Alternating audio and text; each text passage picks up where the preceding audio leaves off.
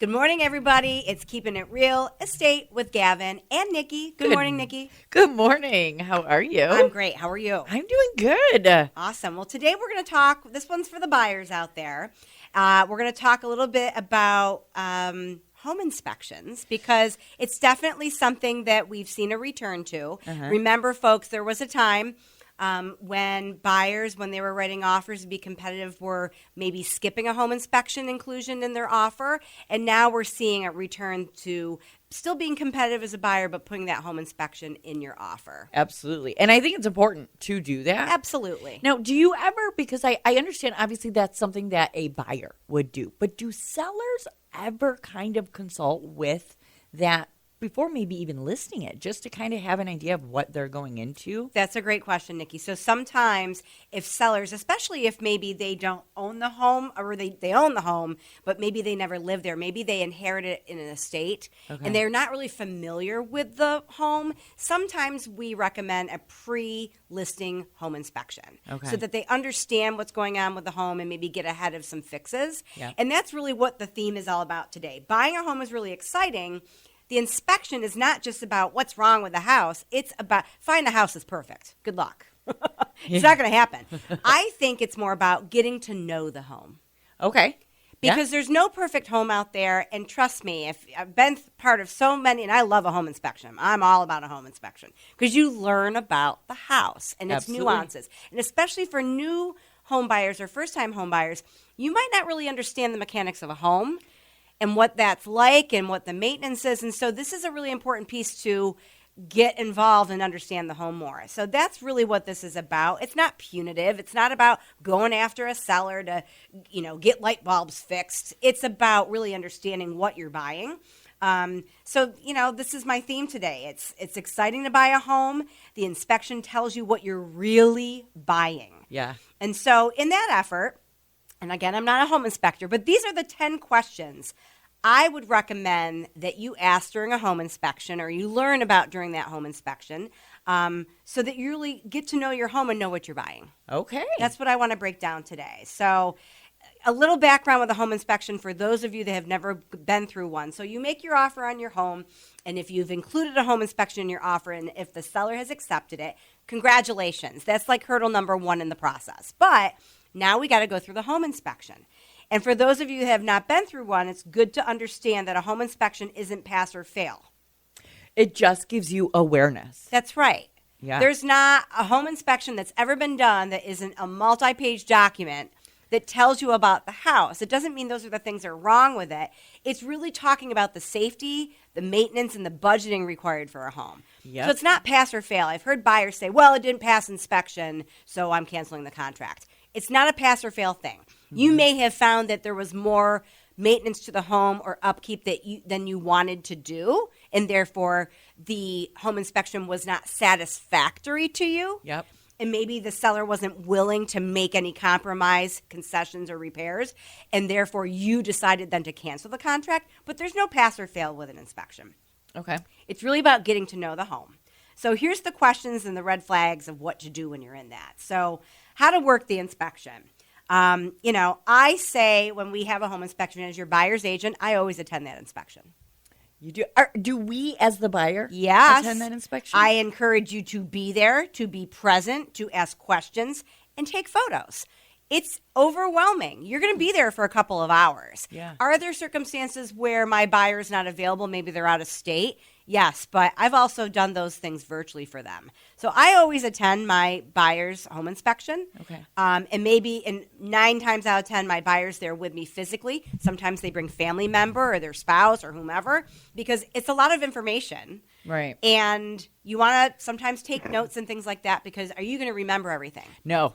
Absolutely not. And you really need to be in the moment. And the great thing about the home inspectors with whom I work, they're going to give you an amazing detailed report. So don't feel like, take notes and take photos if you want to, but don't do that and miss out on the critical information that home inspector is sharing with you in the moment because they are going to follow up with a report. Yep. Okay? But do what works for you. And that's why, if you and a partner are buying the home or maybe you're bringing a family member, it's nice to have 2 sets of ears. And that's why I'm there, too, because you have a 3rd set, right? Yes. So inspectors identify issues. and specialists create, and price repairs. And what I mean by that is home inspectors are going to say, I feel like there's a little water damage here. Or maybe I'm seeing something that looks like organic growth. They're not going to say, and it's going to be this much to repair that. They're then going to say, this is something that you're going to probably want to get looked at, so contact a specialist who maybe deals with mold remediation, for example, to give you a price on what that might cost. So inspectors are going to point out an issue, or maybe they're going to say, this furnace is working functional and great today, but you might have 5 to 10 more years on it.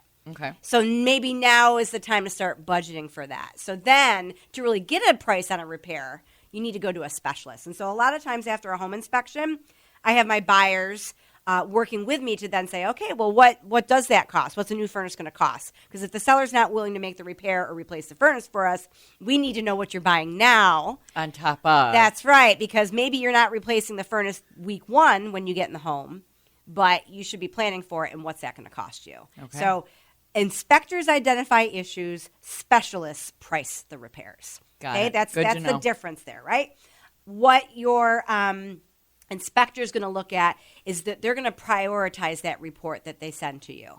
That's really important, because if you just go by the magnitude and the list of things they talk to you about and you think that's all the same priority, you're going to think there's a lot of things wrong with this house. Yeah. And that's not it. Overwhelmed. That's why you need to get the report back, and they're going to prioritize for you in terms of safety, what's a structural issue, maybe there's water damage, where does it fit in the major systems of the house, what are the big ticket items. Those are the things that they're going to talk about. And that's why waiting the next 24 to 48 hours after a home inspection to receive that report from the inspector is important. And also working with your agent, and that's why I attend my clients' home inspections, is to really put into context what these issues are. Is it a light bulb that needs to be changed? Right. Is it a outlet that needs to be changed? That's not a big ticket item. It's something that commonly comes up in a home inspection. Is it something like the furnace is about to go and is not working? That's a bigger ticket item. So you need the home inspector and a seasoned real estate agent to give you some context as to what the severity of these items are. But if any of these items are a deal breaker for you, again, the home inspection might not be satisfactory and you might walk away. If there's a foundation issue that you can't circumvent, etc. Those are different issues, and that's why the prioritization of the items in the report that you receive from your home inspector a couple days later are important. Okay. Okay? Yeah. So here's a couple of my questions, my 10 questions that I think are really important to ask. What to ask, why it matters, why the red flags are, and what the next step is. So number 1, I think a big thing to ask, even before you even go look at a home, and certainly during the home inspection, is how old is the roof? And has it ever leaked? Okay. Because that's a big ticket item, right? So how old is the roof? Has it ever leaked? And why are we asking the question? Water equals mold and rot, right? And roofs are those big ticket items. They can cost, depending on the size of the home, the material used, where we are in the market, it can be $20,000 plus for a home, for a roof replacement. Maybe a repair is needed, but that's a big ticket item, right? Okay. So the roof is of the highest importance, okay? And you might have a gourmet kitchen up in that place, right? Yeah. But if the roof is crap and it's leaking, we have a problem. So that may be something you may or may not even want to put an offer on. But if we got to the home inspection and the inspector's pointing that out, that's something to consider. So what are the red flags associated with that? And again, we are all sort of laymen. I am not a home inspector. Your home inspector is the expert here. But if we're seeing missing or curling shingles or soft decking on the roof or attic stains like in the walls, you're seeing water penetration and stains, or bad flashing or venting, that's a red flag that there might be a roof issue. Again, your home inspector is going to tell you. Good to know. And then what do? Remember we said the inspector is pointing out issues. The specialists understand the repairs. Then the next step is to talk to a roofer for an evaluation and to see if it's a repair versus a replacement and all those things. Okay, so again, the inspector points out the issue. The specialist is going to point out what it's going to cost for the repair and what the repair is. Yeah. Okay. The next thing to ask in a home inspection is, are there any structural issues in the home? Like, Okay. for example? So you ask for, are there foundation cracks? Okay. And if there are foundation cracks, not all are a deal breaker, but what is the size and direction of them? Your home inspector is going to speak to that. Are there bowing walls? Like, are they sort of bowing out and curving? Are there joist issues? Are the floors sloping? Those are things that may speak to structural issues. Now, we also know in the Glow region, we have an aging inventory of home. So we're going to see some sloping and things like that anyway. And that doesn't mean that that's a structural issue, but your home inspector can speak to that. Okay. Why do we care about that? Safety, insurance, and your resale, ultimately. Yeah. So what should we be looking for with your home inspector? Horizontal cracks, displaced blocks in your foundation, and maybe some like do-it-yourself jack posts and things like that. Again, not all are bad. Your home inspector is going to speak to it. So your next step is that maybe it needs a structural engineer. A lot of times that's a next step if there's something severe there. At that point in time, if there's something that's so overwhelming that the home inspector has brought to light, sometimes the buyers are like, I'm just not up for this. Maybe this isn't the home for me. But that's a discussion with your agent. The next question I would recommend during a home inspection is, what seasonal maintenance should I plan for? Oh. Okay, and in our area, we know we've got 4 seasons, and so all of them bring something different. So you should ask about the HVAC services, the heating and the cooling systems. Are there filters? Is the chimney replaced or fireplace need cleaning and maintenance? Is there a sprinkler system in this house? Sometimes there are, not always. That's more of a commercial thing. What's the winterization process here? So ask the home inspector those things. And why do we ask that? We want to prevent system failures.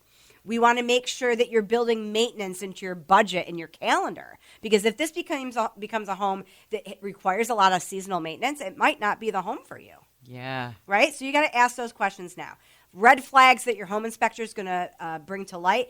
If there's no service records at the home, ask the listing agent and the seller, do you have a record of last when you serviced the furnace and things like that? Clogged gutters, dirty filters. If it's not well maintained, you might be inheriting some issues. You might not be. It could be something that maybe that seller, for whatever reason, couldn't get to those repairs. Maybe it's an estate. But that's why you're asking these questions, and that's why you're having a home inspection. So it'd be important to create a 12-month schedule for yourself to know what it's going to take to maintain this home, to see if this is really the home for you. Again, it's about getting to know your home and getting to know if your lifestyle is going to accommodate this home and vice versa, right? Good question. I like it. Okay. Next question I would ask is, are there any pest issues? Are animals or pests getting into the home? And so, in our area, we don't have things like termites per se. The South does, but we have things like bats once in a while. Squirrels. Huge. If you've got black walnut trees, you know what I'm talking about. So, ask about the attic and the soffits. Ask about crawl spaces. Ask about any penetrations in the roof or siding gaps where animals or rodents might be getting in. Your home inspector is going to key into those things.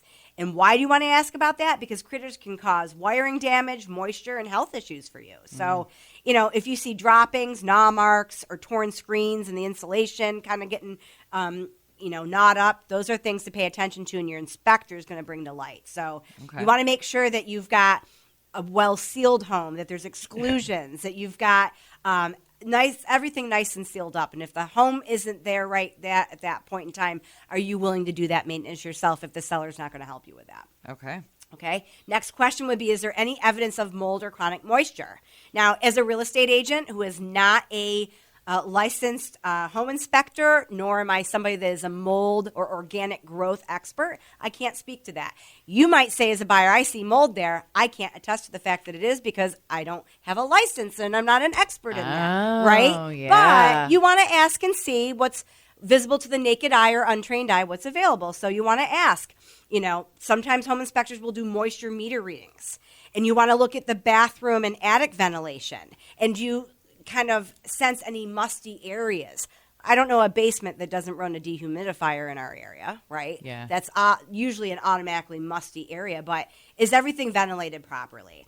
And why do we ask that? The health and the costly, expensive remediation if we find something like that, especially if the seller isn't willing to help you with that. So we need to find the source of the moisture and the source of the water, and your home inspector is going to help you do that.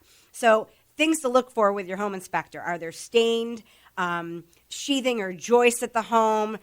Do we see active leaks? Are there no bathroom fans? Things like that. That's what you want to look for. And so then your next place would be to fix it and work with a specialist to do that.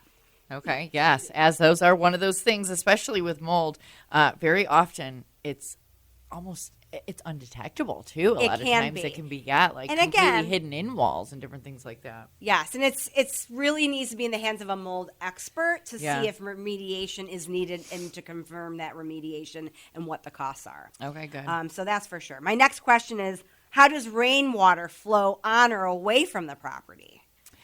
This is actually interesting you bring this up. I had purchased a house where that was never a thought, an issue, until we had an incredible downpour. Yep. And it had leaked in my basement. Sure. But never, ever, ever did for the first 2 years until this major downpour, and it leaked down through. And there could be like an extraordinary event like that where, hey, nothing was going to stop that. No, but we had to rechange everything after reroute that moment things out. Because of, we had never even thought about it until that moment. So you want to know the difference between a once-in-a-lifetime event like that maybe or a chronic issue. So your home inspector is going to, what you should be asking about is the grading at the property, how the land is snuggling up to that property and foundation, the gutters and the downspouts, the extensions. Are there French drains in the home? Are there sump pumps? And why are you asking your home inspector about that? Because water management protects your structure and your indoor air quality, period.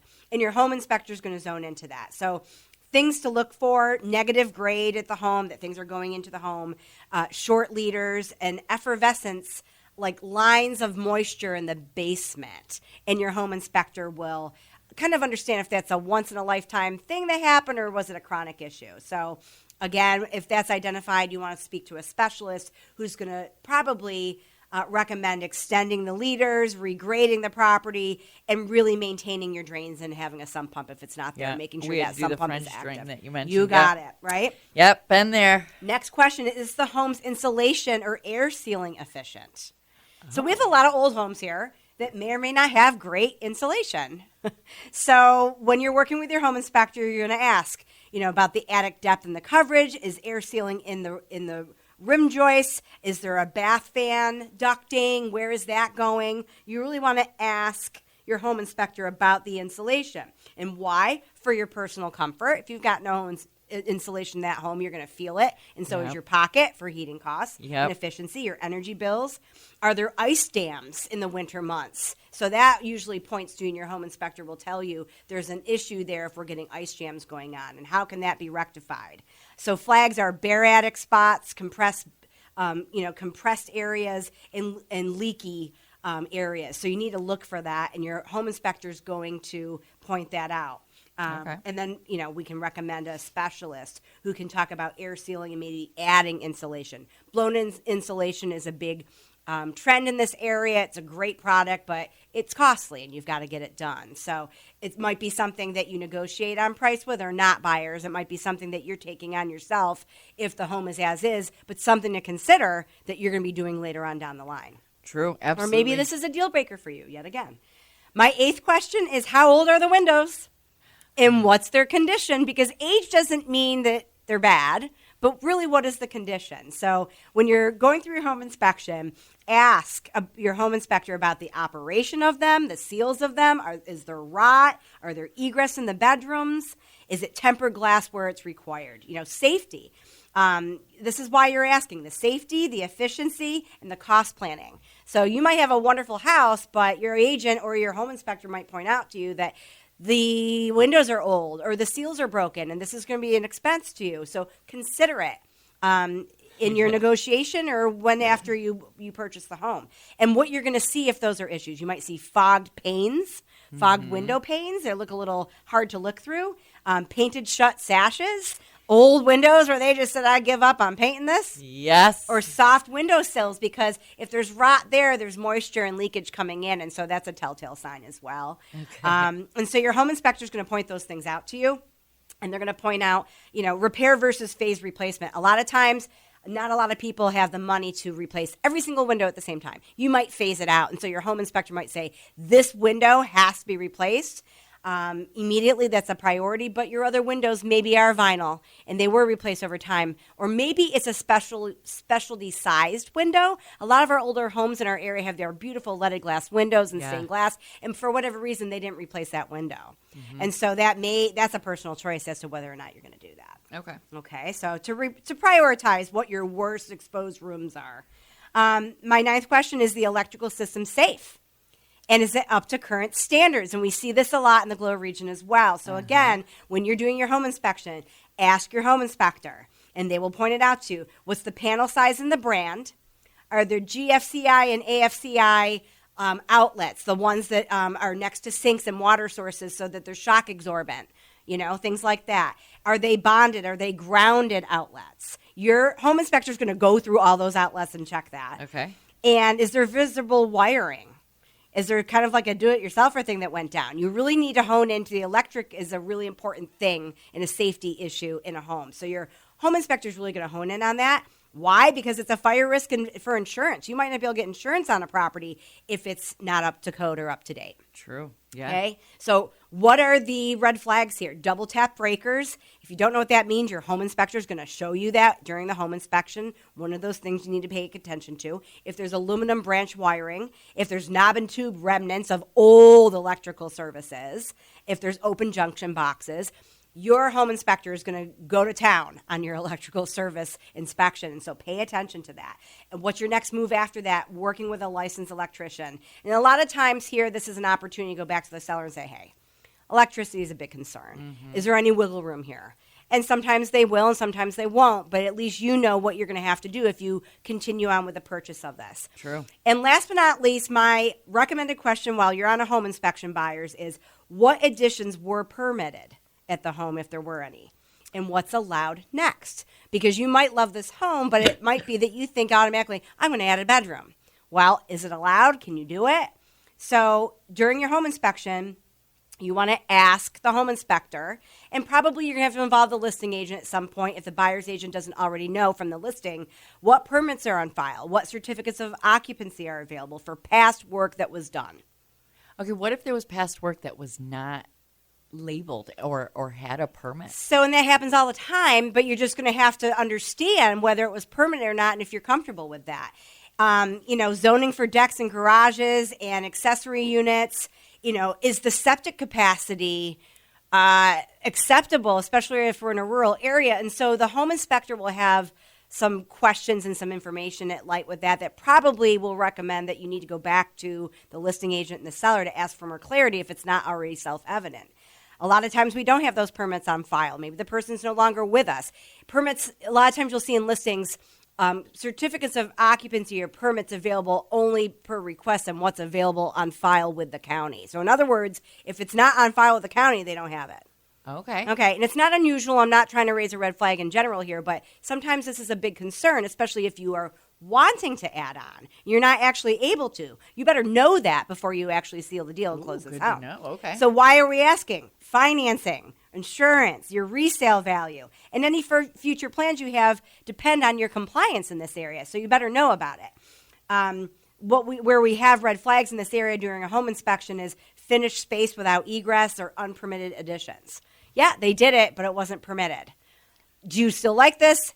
Have the home inspector inspect it. If it's good to go and you're comfortable with that inspection, there you go. But if you need to do more homework with your agent, this is a red flag to do that. So, your next step would be verifying with the municipality before you plan any projects. Might not be a deal breaker for you, but it's information that's important to you. Absolutely. No, I do have a quick question. Yeah. And I don't mean to stop you. We went through these 10 questions, amazing questions. I wouldn't even have thought to ask probably a single one of them. But when you're having this inspection done, it's done at the discretion of you, right? Yep. Yes. So when you have an appraiser coming in, does the banks ever look at this, and does this ever help to depend on the appraisal of the house? Great question. The home inspection is the property of the buyer. Okay. So you have put an offer on a home. Your offer was accepted. To include, it's a contingency because you can pull your offer if the home inspection doesn't meet your satisfaction. Right. It's the property of the buyer. You do not, as the buyer, have to share that with the seller. If you're asking for repairs, you have to share what the inspector said is the repair request and the evidence of that repair request. But it doesn't then get sent to the appraiser. That's that what I does not wondered, back yeah. into that. No, it is in its silo.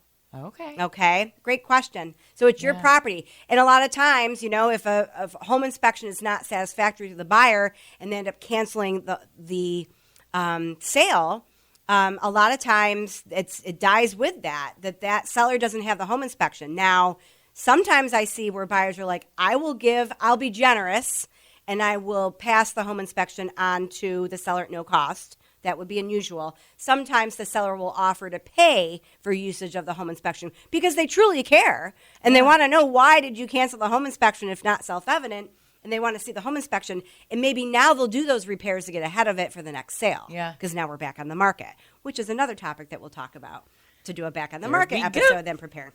Other things, and I know that we have a long episode here, but other things that are specific to the Glow region with home inspections, radon testing. So radon is a thing up here. So you need to speak with your agent when you are putting your offer together. You may or may not include a radon inspection as part of your home inspection, and that's for another episode. If you're not familiar what radon testing is, ask your real estate professional, ask me. Also, well flow and water quality for our rural properties. A lot of times you'll want a well test along with your home inspection on an offer. The septic inspection. Yes. Okay, again, Genesee County, it's not required. Orleans, Livingston, and Wyoming, it is for transfer of title, but a lot of people, I don't know many that don't, want that septic inspection done as well. It's really critical and important, and that's a different specialist. That's not your home inspector that does that. A chimney inspection, again, would be a specialist if you're going to include a chimney inspection. A sewer scope. Let's say you're still in a city property, but you want a specialized inspection of the sewer. That requires a specialist. That's beyond a home inspection. And a floodplain check, near low-lying areas. These are all things that are kind of an added specialty on top of an offer in addition to a typical home inspection. And so if those are things that are concerns of you and you're going to build that into an offer, you need to do it at the time of the offer and not later after the fact. Good to know. You got it? That was a lot, but really, really good information. Yeah, it's a lot. And like I said, I am not a home inspector. I'm happy to recommend a wonderful home inspector to those of you that either you're a seller and want to do a pre-listing home inspection, or you're a buyer, you just got under contract, congratulations, and now you need a home inspection. I'm happy to recommend a qualified licensed home inspector to you. Yeah. You know me, I'm always keeping it real. If you want to know about this and more about what's going on in the market, what home inspections mean to you, give me a buzz. I'm Gavin at 585-344-1321.